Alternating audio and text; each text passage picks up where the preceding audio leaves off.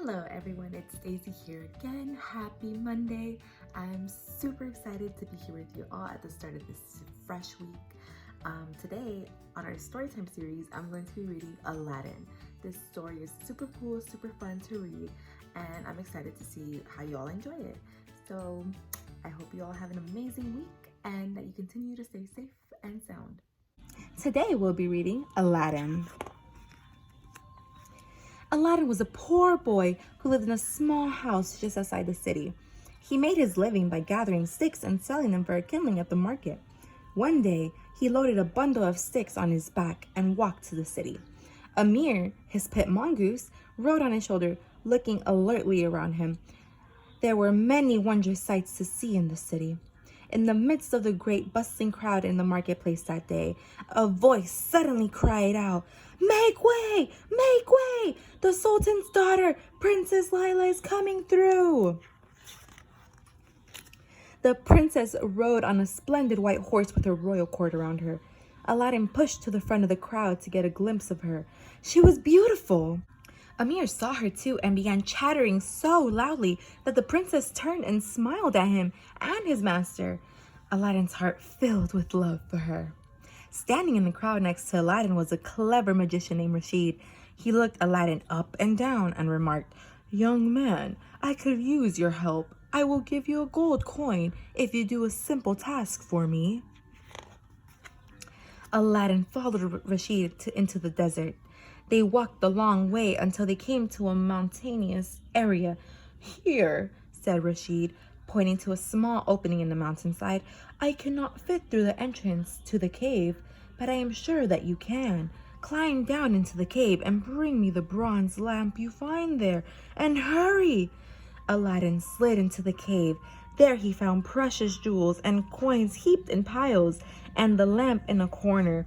He was about to hand it out to the magician when Amir chattered loudly and jerked his sleeve. "Give it to me!" shrieked the magician, but Aladdin refused. Rashid was so angry that he wedged a heavy rock in the mouth of the cave, blocking the hole, and left. Aladdin filled his pockets with as many precious stones as he could carry. Then, with the lamp on his lap, he sat down to ponder his plight. Amir ran round and round, looking for a way out, but there was none. Aladdin began to weep.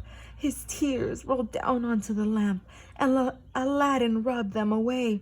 As he did, a huge genie in a cloud of green smoke appeared. "What is your desire, master?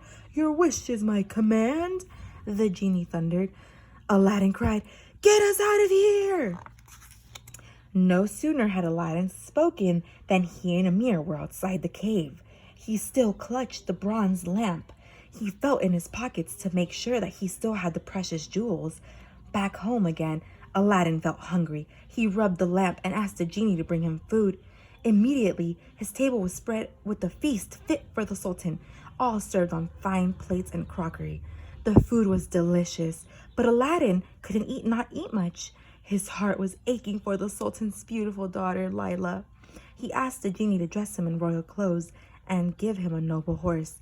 Then Aladdin rode to the Sultan's palace. In a leather pouch, he carried Amir and the precious stones from the desert cave. The Sultan's palace was huge and richly appointed. Aladdin trembled at the sight, but his love for the princess calmed him. "Sire," he said, kneeling before the Sultan, "I bring you these humble jewels and ask your daughter's hand in marriage." The Sultan had never before seen such rich jewels. He thought Aladdin must be the son of a powerful sultan from another country, so he agreed to give him Princess Lila as his wife.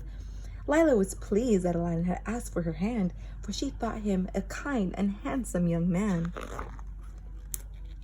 Aladdin and the princess were married, and the genie built them a palace even more beautiful than the Sultan's.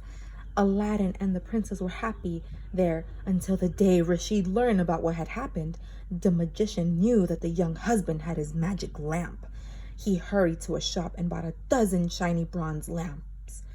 One day, Aladdin was not home. Rashid dressed as a peddler and brought the lamps to the palace. "New lamps for old," he whined. "New lamps for old." The princess, remembering Aladdin's battered old lamp, thought to surprise him with a new one. The sly magician traded one of his shiny lamps for the magic one. Soon he summoned the genie.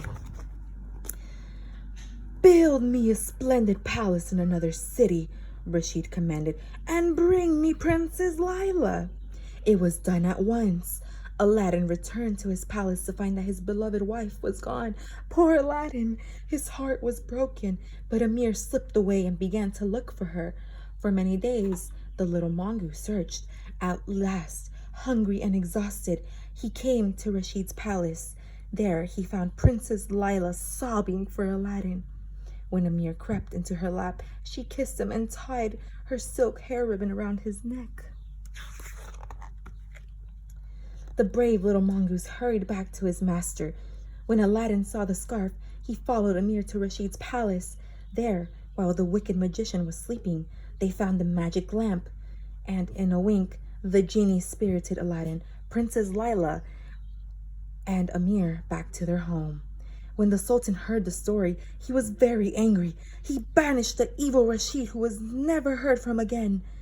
Aladdin and the beautiful Lila lived happily after that. They raised a large family, and the favorite playmates of their many children and grandchildren were several generations of mongoose, the offspring of the faithful Amir. The end.